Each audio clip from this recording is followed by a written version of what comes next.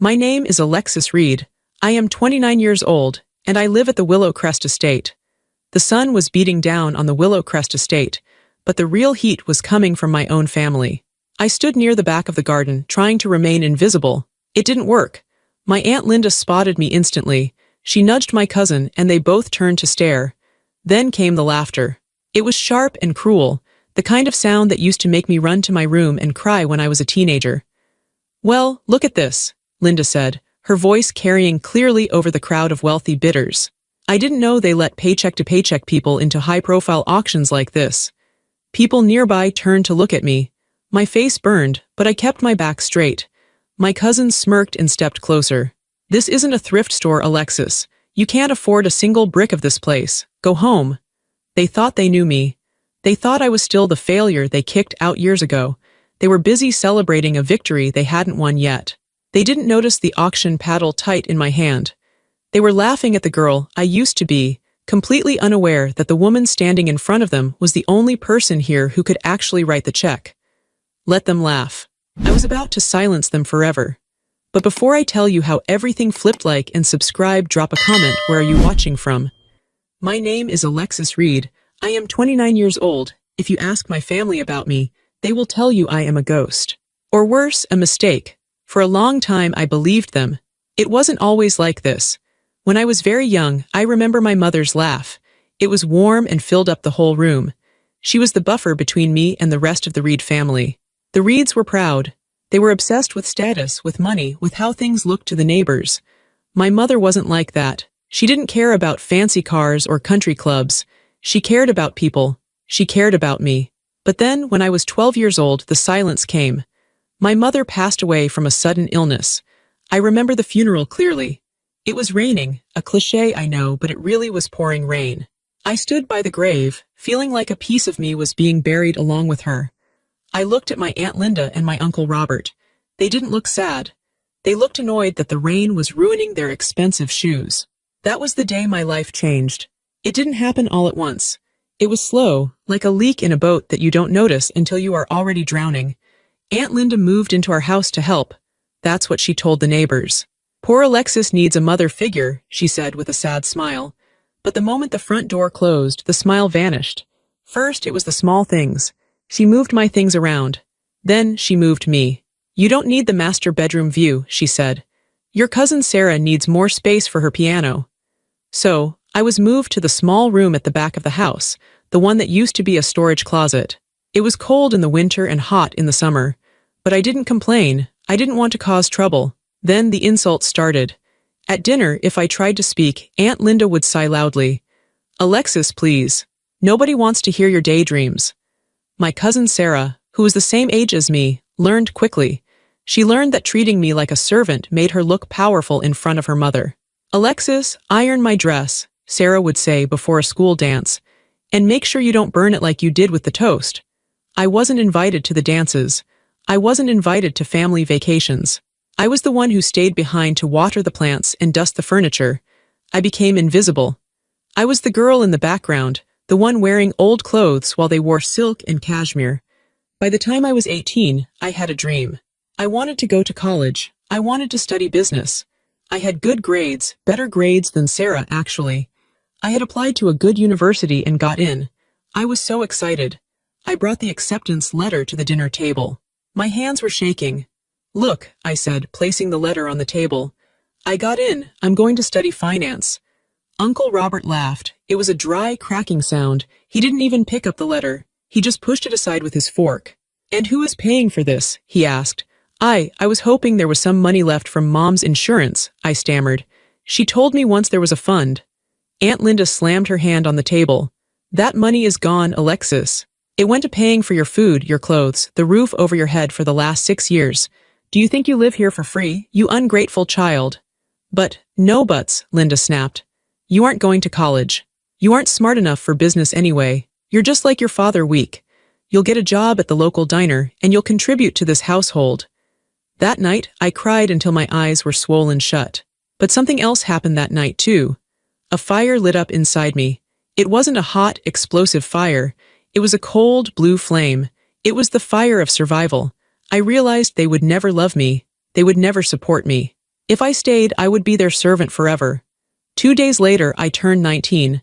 I packed 2 suitcases, that was it. I had 3 pairs of jeans, some t-shirts, a warm coat, and a photo of my mother. I waited until they were watching television in the living room. I walked down the stairs. The floorboards creaked. They turned to look at me. "Where are you going?" Sarah asked, seeing the bags. She looked amused. "I'm leaving," I said. My voice was steady. I was surprised by how calm I sounded. Aunt Linda laughed. "Leaving? Where will you go? You have no money, you have no friends.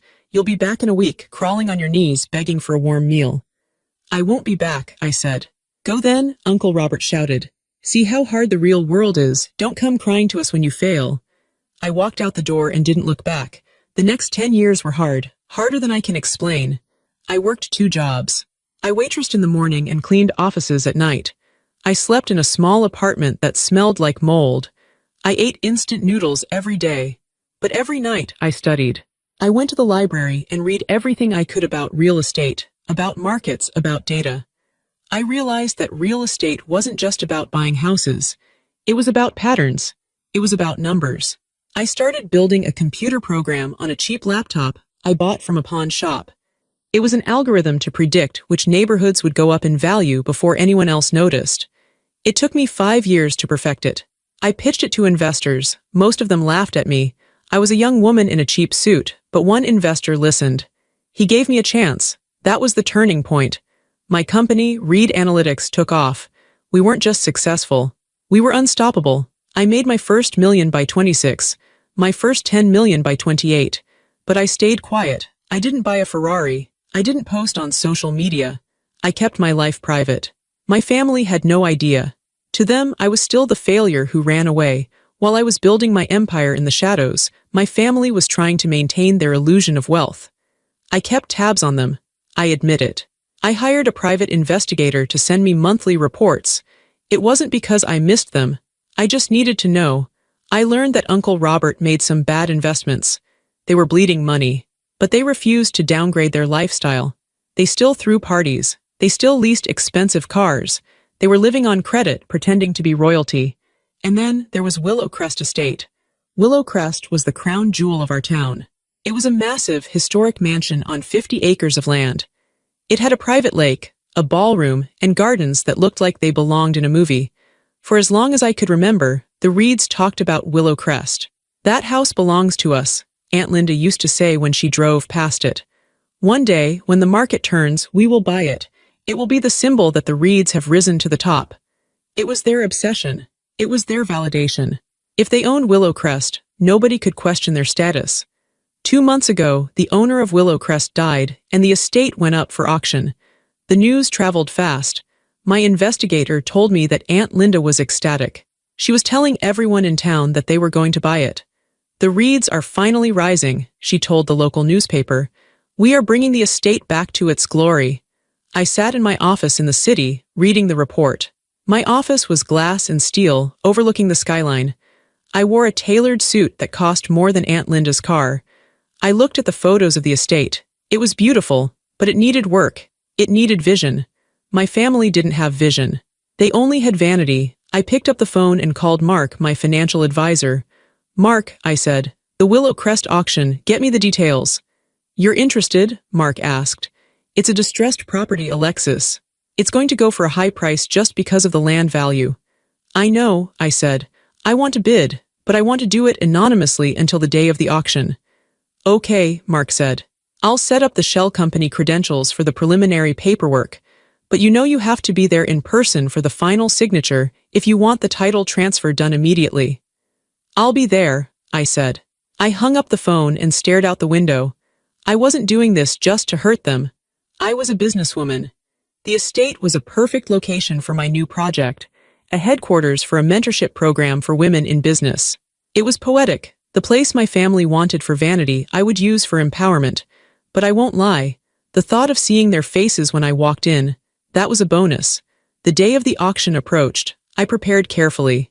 I didn't want to look flashy, I wanted to look simple. I chose a sleek black dress, no jewelry except for a small watch. I tied my hair back. My family was bragging all over town. They had liquidated their remaining assets. They had taken out loans. They had scraped together every penny they could find. They were going all in. They believed the house would sell for around $8 million. They had managed to secure a limit of $10 million. They thought they were safe. They didn't know that my limit was $20 million, and I didn't need a loan. The morning of the auction was bright and cold. I drove myself. I didn't take my driver. I drove a rented sedan, nothing fancy. I wanted them to underestimate me until the very last second. I parked at the edge of the long driveway. The lawn was filled with white chairs. Waiters were passing around champagne. The air smelled of expensive perfume and old money. I walked toward the registration table. I saw them immediately.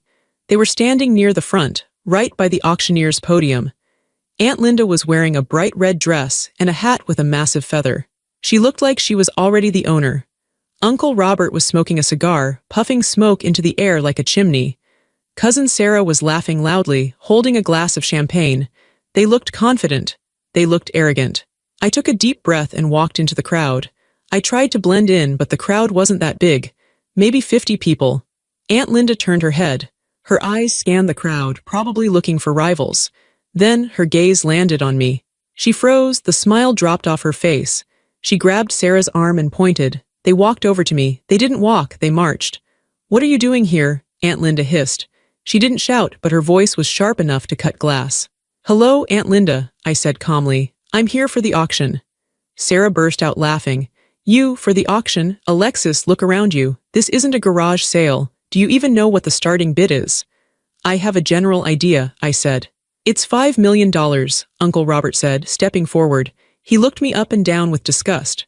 $5 million? Do you even have $5 in your pocket?" People around us started to listen.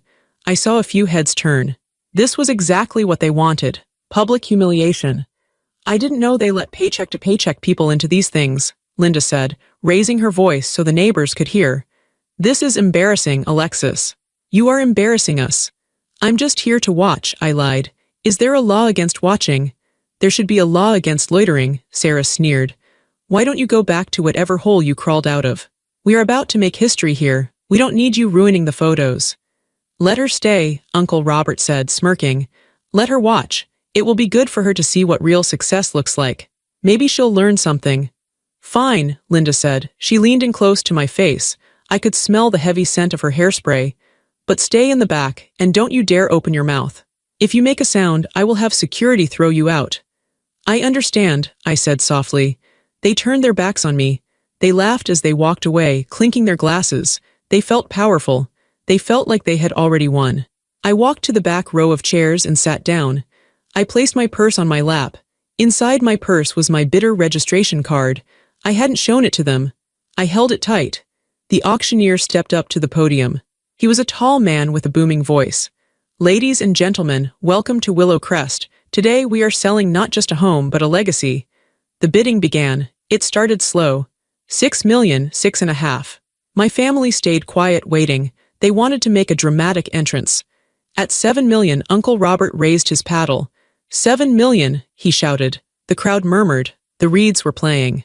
7.5, a man in a gray suit countered. 8 million, Aunt Linda shouted next. She looked around the room, daring anyone to challenge her. I sat perfectly still. I watched them. They were sweating. I could see the tension in their shoulders.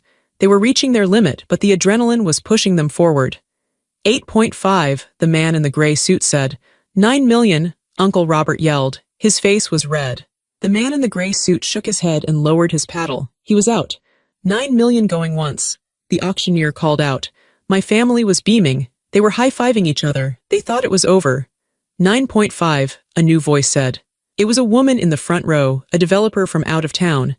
My aunt's face went pale. They hadn't expected this. They huddled together. I saw them arguing. Uncle Robert was shaking his head, but Linda was pushing him. 10 million, Linda screamed, her voice cracked. $10 million. This was it. This was their absolute ceiling. I knew their finances better than they did. If they spent a penny over 10 million, they would be bankrupt within a year. But they were desperate. The developer from out of town looked at her notes. She hesitated, then she shook her head. Too rich for me, she muttered. We have 10 million to the reeds, the auctioneer said. 10 million going once. My heart was beating steady and slow. Bam, bam, bam, going twice. My family was already celebrating. Sarah was taking a selfie. Linda was crying tears of joy. "This is it," I heard Linda say to Robert. "We're getting it, finally, and look at Alexis back there. She won't dare open her mouth. She won't dare open her mouth." Those words floated back to me. They hung in the air. I looked at them. They looked so small from where I was sitting. They were small people with small hearts. They had spent my entire life trying to make me feel small so they could feel big. I looked down at my phone. A text message had just come through from Mark. "Funds cleared. You are green to go up to 25 million if needed." "Good luck, boss." I put the phone away. 10 million going. The auctioneer raised his gavel. I stood up. I didn't shout. I didn't scream. I just lifted my paddle, number 402, high into the air. 11 million, I said. My voice was clear. It cut through the garden like a knife. The silence that followed was instant. It was heavy. The auctioneer froze. "I have 11 million from the lady in the back. 11 million. For a second, nobody moved. Then, slowly, my family turned around. The look on their faces is something I will never forget as long as I live. It wasn't just shock. It was horror. It was as if they were seeing a ghost. Aunt Linda's mouth hung open. Her eyes were wide, bulging out of her head. Uncle Robert dropped his cigar. It fell onto the grass, smoldering near his expensive shoe. Sarah lowered her phone, her hand trembling. "What?" Linda whispered. "No, she can't." $11 million, the auctioneer repeated, looking at me. "Do I hear 12? All eyes were on me now. The whispers started. "Who is she? Is that the niece? Does she have that kind of money?" I stood there, calm. I looked directly at Aunt Linda. I didn't smile. I just looked at her with a steady, blank gaze. "You!" Linda shrieked. She stepped toward me, forgetting where she was. "You stupid girl, put that paddle down. You are going to get us sued. You don't have that money." 11 million, I said again to the auctioneer, ignoring her completely. "Do I have the bid?" "You have the bid, madam," the auctioneer said. He looked at Uncle Robert. "Sir, do you wish to counter? The bid is 11 million. Uncle Robert looked like he was having a heart attack. He looked at Linda. They both knew the truth. They didn't have 11 million. They didn't have 10.5. They were tapped out. They were done. Robert stammered. He looked at me, his eyes pleading. "Alexis, stop this. This isn't a game." "I know," I said. "I'm not playing." "Going once at 11 million, the auctioneer chanted. "Stop her," Sarah yelled. "She's lying. She's broke. She's a waitress." "Security," the auctioneer said calmly. "Please ask the other bidders to remain quiet." A security guard stepped in front of Sarah. She looked like she wanted to scratch my eyes out. "Going twice." I saw the hope drain out of Aunt Linda's eyes. She realized in that second that she had lost, but she didn't understand how. She couldn't process that the girl she locked in the storage room was currently buying her dream house. "Sold," the gavel slammed down. It was the loudest sound I had ever heard. "Sold to Miss Alexis Reed for $11 million. The crowd applauded politely. My family didn't move. They stood there, frozen statues of defeat. I lowered my paddle. I took a deep breath. The air tasted sweet. I walked past them toward the podium to sign the papers. As I passed Aunt Linda, she grabbed my arm. Her grip was tight, desperate. "How?" she hissed. "How did you do this? Did you steal it? Did you marry some old man?" I stopped. I looked at her hand on my arm, then up at her eyes. "Let go of me," I said quietly. She let go as if my skin burned her. "I didn't steal it, Linda," I said. "And I didn't marry it.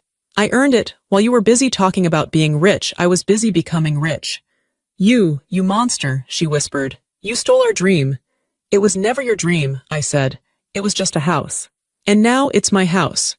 I turned away and walked to the table where the lawyers were waiting. I picked up the pen. My hand didn't shake. I signed my name, Alexis Reed.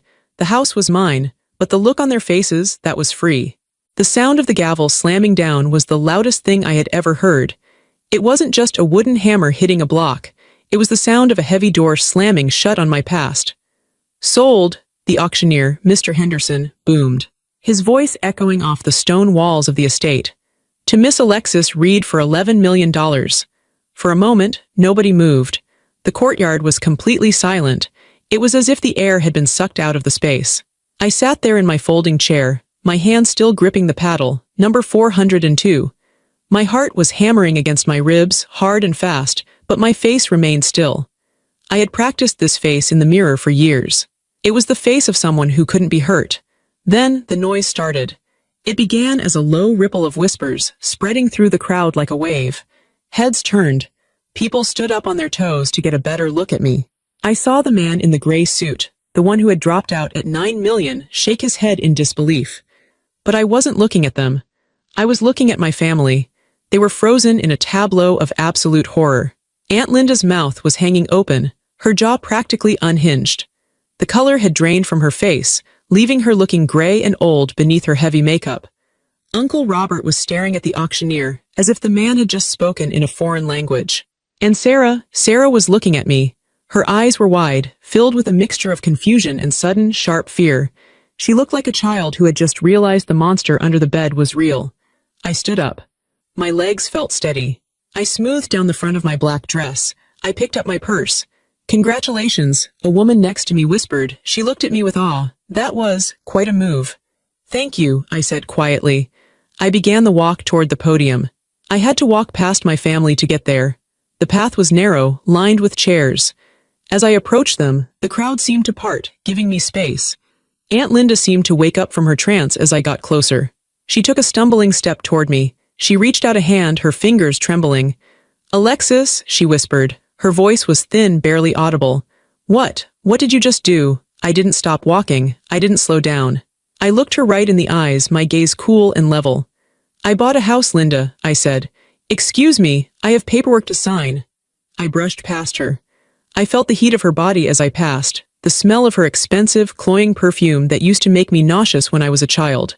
Today it just smelled like desperation. I reached the auctioneer's table.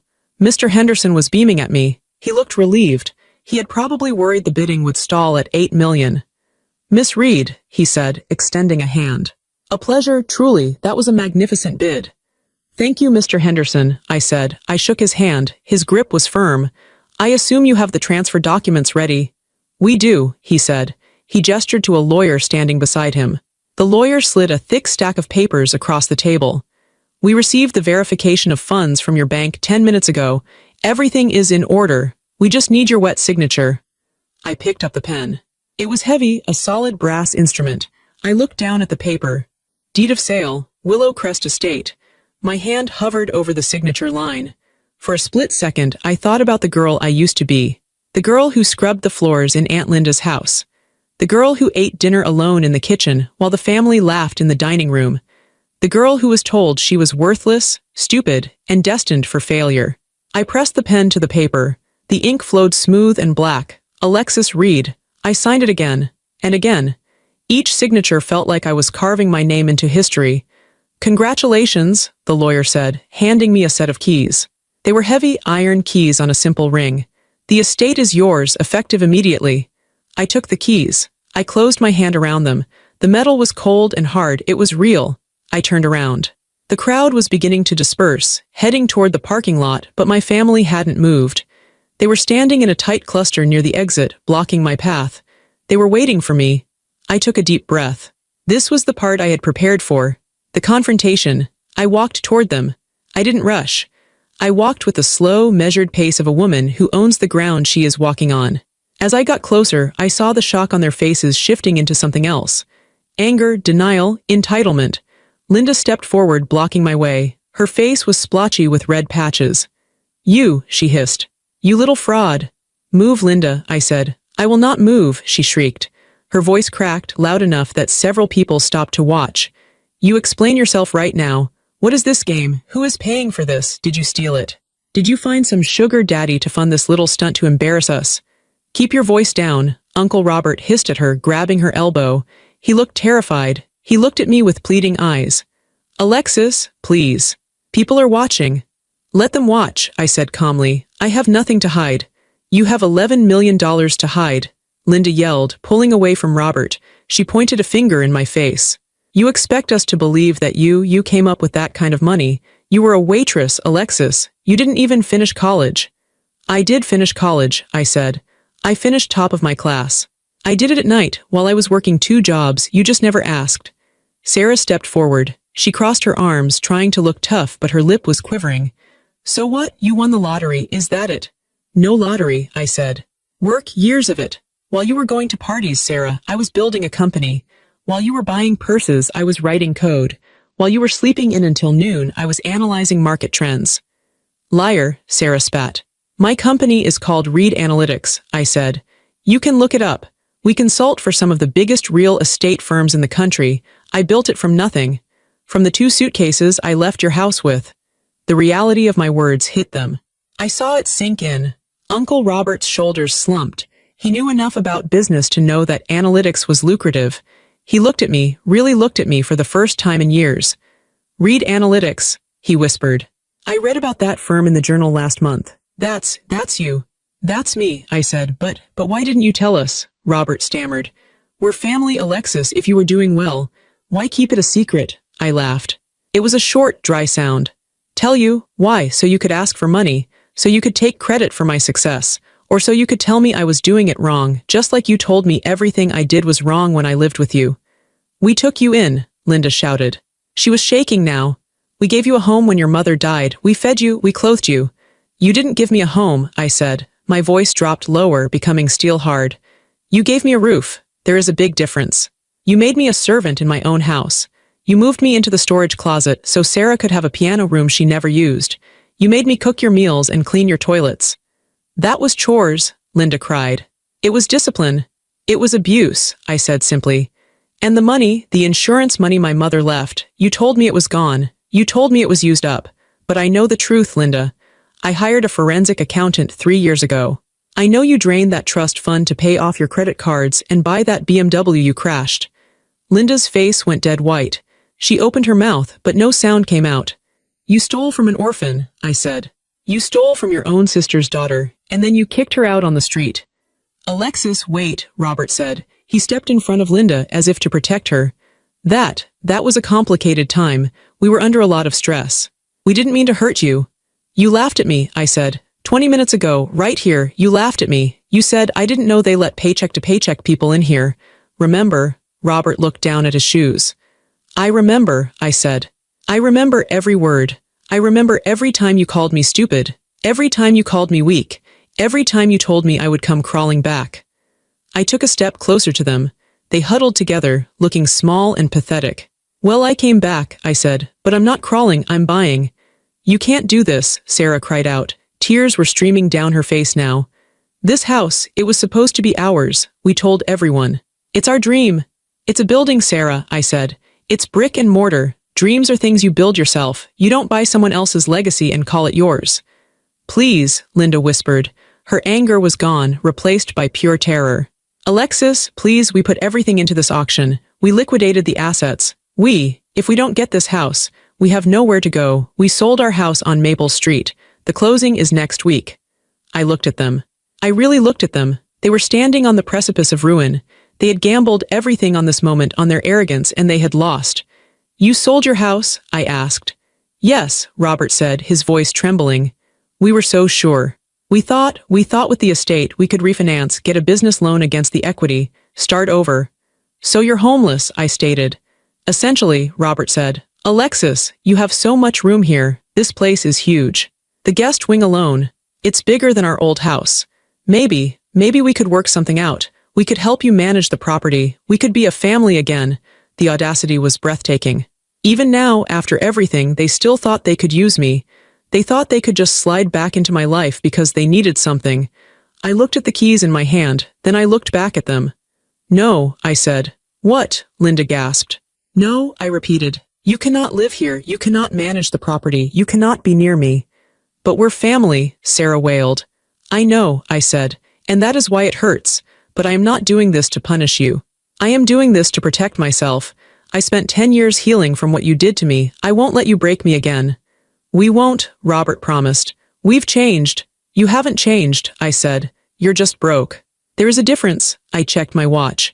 "I have meetings with my contractors in an hour. You need to leave. This is private property now." "You're heartless," Linda spat, her eyes narrowing. "You're a cold, heartless bitch. Your mother would be ashamed of you." That was the final arrow. She tried to hit me in the only soft spot I had left, but the arrow didn't pierce. It bounced off. "My mother," I said softly, "wanted me to be happy. She wanted me to be safe. She would be proud that I finally stood up to the people who hurt me." I turned my back on them. It was the hardest thing I had ever done, and also the easiest. "Get off my driveway," I said over my shoulder. I walked toward my car.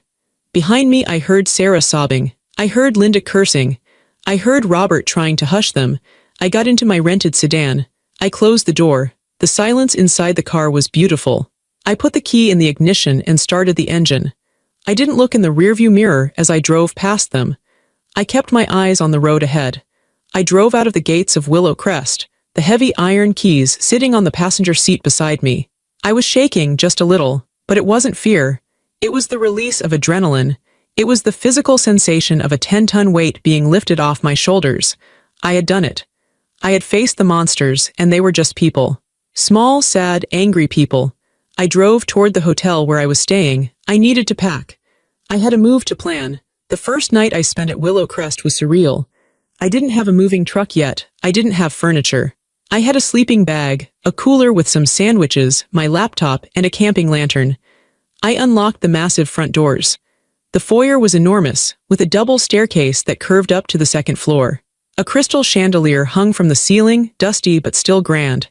The air inside smelled of old wood and lemon polish, with a hint of disuse. I locked the door behind me. The click of the deadbolt echoed through the empty house. I walked through the rooms. The dining room with its long table covered in a white sheet. The library with shelves that reached the ceiling, empty of books. The ballroom, vast and echoing. I went up to the master bedroom.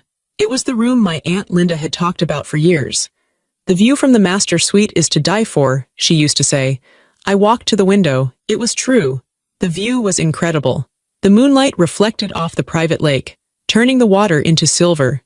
The trees of the forest stood like silent sentinels around the property. I spread my sleeping bag on the floor in the center of the room. I sat down, cross-legged, and ate a sandwich. It was the best meal I had ever tasted. I wasn't lonely. For the first time in my life, the silence wasn't oppressive. It was full of potential. It was a blank canvas. The next morning, the work began. I didn't buy Willow Crest to live in it like a princess. I bought it to work. I had a vision for this place. I wanted it to be the headquarters for Reed Analytics, but more than that, I wanted it to be a sanctuary. I called a meeting with my senior staff. They drove out from the city, parking their modest cars in the grand driveway. We set up a temporary office in the dining room, using folding tables. "This is it?" my operations manager Dave asked, looking around at the peeling wallpaper in the hallway. "It's big. It's perfect," I said, "but it needs work, a lot of work." I hired contractors, but I made a specific choice. I didn't hire the big, corporate construction firms that my Uncle Robert would have used. I looked for local businesses. I looked for female-owned businesses. I hired a woman named Maria to lead the renovation. She ran a small construction company and had been struggling to get big contracts because she was a woman in a man's world. When I handed her the contract for the entire estate renovation, she cried. "You don't know what this means," she told me, wiping her eyes with the back of her hand. "This saves my business." "I know," I said, "just do a good job." "I'll give you the best work of my life," she promised. And she did. For the next 6 months, Willow Crest was a hive of activity. The sound of hammers and saws replaced the silence. Dust was everywhere. I lived in the midst of it, moving from room to room as they were finished. We turned the ballroom into the main workspace. We took down the heavy velvet curtains and let the light flood in. We installed polished concrete floors and modern desks. We kept the crystal chandelier, a reminder of the past hanging over the future. We turned the east wing into the Willow Launchpad. This was my passion project. It was a residential incubator for female entrepreneurs. I wanted to create a space where women could come, live rent-free for 6 months, and build their businesses without the pressure of paying bills or dealing with unsupportive families. I knew what it was like to try to build a dream when you were hungry and tired. I wanted to take that burden away for others. As the house transformed, so did I. I stopped wearing the dark, invisible clothes I used to favor. I started wearing bright colors. I cut my hair into a sharp, modern bob. I walked with my head high. The town, of course, was buzzing. In a small town like ours, news travels faster than light. Everyone knew that the Reed girl had bought the mansion. I became a local celebrity, though I didn't seek it out. When I went to the grocery store, people stopped me. "Are you Alexis?" they would ask. "We heard about what you're doing at the estate. It's wonderful." I was polite, but I kept my distance. I knew how quickly public opinion could shift. These same people had ignored me when I was the poor cousin wearing hand-me-downs. But I couldn't ignore the news about my family. My private investigator, a man named Ken, sent me weekly updates. I told him I didn't want to stalk them, but I needed to know if they were a threat. I needed to know where they were. The report he gave me 2 months after the auction was grim. They had indeed lost their house on Maple Street. The bank had foreclosed on it before they could sell it for a profit, due to the liens they had taken out to bid on the estate. They walked away with almost nothing. They had moved into a 2-bedroom apartment in a rundown complex on the south side of town. It was a rough neighborhood. Uncle Robert was working as a greeter at a car dealership. The man who used to smoke Cuban cigars and brag about his stock portfolio was now standing in a parking lot, waving at cars. Aunt Linda was working part-time at a department store at the returns counter. I could only imagine the hell she was giving the customers and the hell they were giving her. And Sarah was the most shocking. She had gotten a job as a waitress at the local diner, the same diner where I had worked when I was 19. Ken showed me a photo he had taken from across the street. It showed Sarah in a stained apron, wiping down a table, looking exhausted and miserable. I stared at the photo. 10 years ago, she had come into that diner with her friends while I was working. She had deliberately spilled a milkshake just to watch me clean it up. She had laughed and left a penny as a tip. Now, she was holding the rag. I felt a strange sensation in my chest. It wasn't happiness. I thought it would be. I thought seeing them brought low would make me feel ecstatic, but it just felt sad. It was a waste. They were capable people who had destroyed themselves through vanity. "Do you want me to intervene?" Ken asked. "Offer them something anonymously?" "No," I said instantly. "Absolutely not." "Understood," Ken said. "They need to learn," I said. "They need to understand what life is really like. If I save them now, they will never learn. They will just resent me for the handout." I put the photos in a drawer and locked it. I had my own work to do. The Willow Launchpad opened in the fall. We selected 12 women for the first cohort. They came from all over the country. There was a coder from Detroit, a fashion designer from Atlanta, a biotech researcher from Boston. The day they arrived, I stood on the front steps of Willow Crest to welcome them. They looked at the house with wide eyes just like I had. They looked at me with intimidation. "Welcome," I said to them. "This is your home now. For the next 6 months, your only job is to dream and to build. We will handle the rest." One of the girls, a young woman named Maya, raised her hand. She was 19, the same age I was when I left home. She had a scrappy, nervous energy that reminded me of myself. "Miss Reed," she asked, "why are you doing this? You could have just turned this place into a resort or lived here by yourself. Why help us?" I looked at her. I looked at the group of women. "Because I know what it's like to have no one believe in you," I said. "I know what it's like to be told your dreams are stupid. And I promised myself that if I ever got the power, I would be the person I needed when I was your age." Maya smiled. It was a genuine, hopeful smile. That night we had a dinner in the great dining room. The table was full of food. The room was full of noise and laughter. We toasted to the future. I sat at the head of the table, looking down at the scene. This was what a family should look like. Not people bound by blood who hated each other, but people bound by purpose who supported each other. I raised my glass of wine. "To building," I said. "To building," they cheered. I took a sip. The wine was crisp and cold. As the dinner wound down, my phone buzzed in my pocket. I pulled it out. It was a text from an unknown number. "Alexis, it's your Aunt Linda, please. We need to talk. We are drowning here. Just 5 minutes, please." I stared at the screen. The text was desperate, humble. I debated deleting it. I debated blocking the number. But then I thought about the woman I was becoming. I wasn't the scared girl anymore. I wasn't the victim. I was the owner of the estate. I was the CEO. I could handle them. And maybe, just maybe, it was time for the final closure. I typed back. "Come to the estate tomorrow at 4 p.m. You have 10 minutes. Do not be late." I hit send. I looked back at the women laughing at the table. I wasn't afraid of tomorrow. I was ready. I walked to the front of the house. I was wearing jeans and a simple white shirt. I didn't need to dress up to impress them anymore. A taxi was pulling away as I approached. They stood in the driveway. Aunt Linda, Uncle Robert, and Sarah. They looked different. Aunt Linda wasn't wearing her usual designer clothes. She was wearing a simple dress that looked worn. Her hair wasn't perfectly styled. She looked older, tired. Uncle Robert looked defeated, his shoulders slumped. Sarah looked at the ground, refusing to meet my eyes. They looked like normal, struggling people. I stopped at the top of the stone stairs, looking down at them. I didn't invite them inside. "Hello," I said. Linda looked up. She tried to smile, but it was a broken, nervous thing. Alexis, she said, her voice wavered. It's good to see you. The place looks incredible. You've done so much work. What do you want? I asked. I wasn't being cruel, just direct. I didn't have time for small talk. Robert stepped forward. He held his hat in his hands.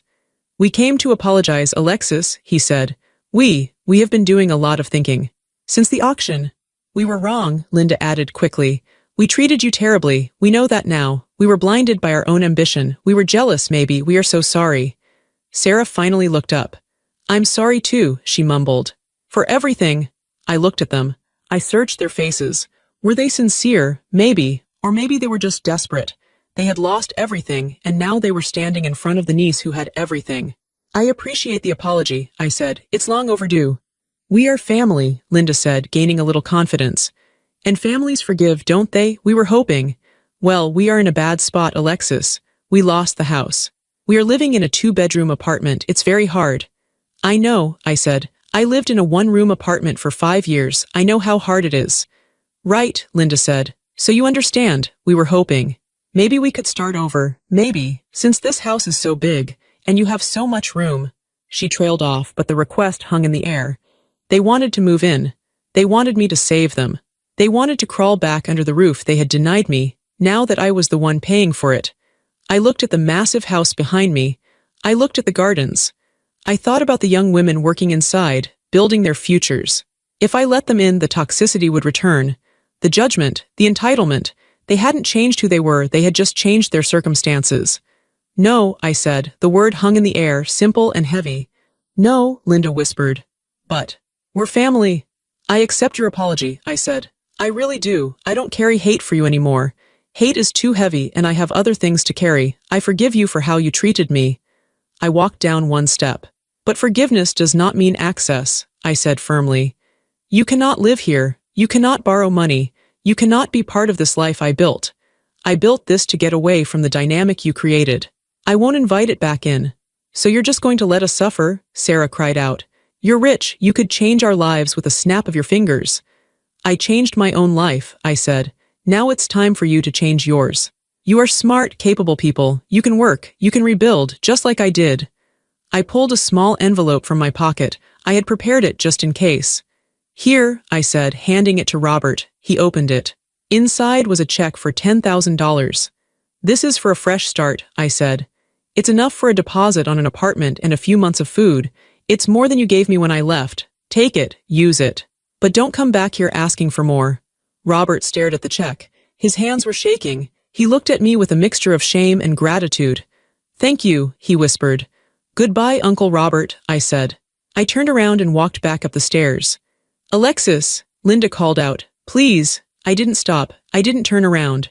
I walked through the massive oak doors of Willowcrest and closed them behind me. The sound of the latch clicking shut was the best sound in the world. 2 weeks later, the sun was setting over the estate. The sky was a brilliant mix of purple and orange. I stood on the balcony of the master bedroom, holding a cup of tea. Below me in the garden, 3 of the mentees were sitting on the grass, laughing and looking at blueprints.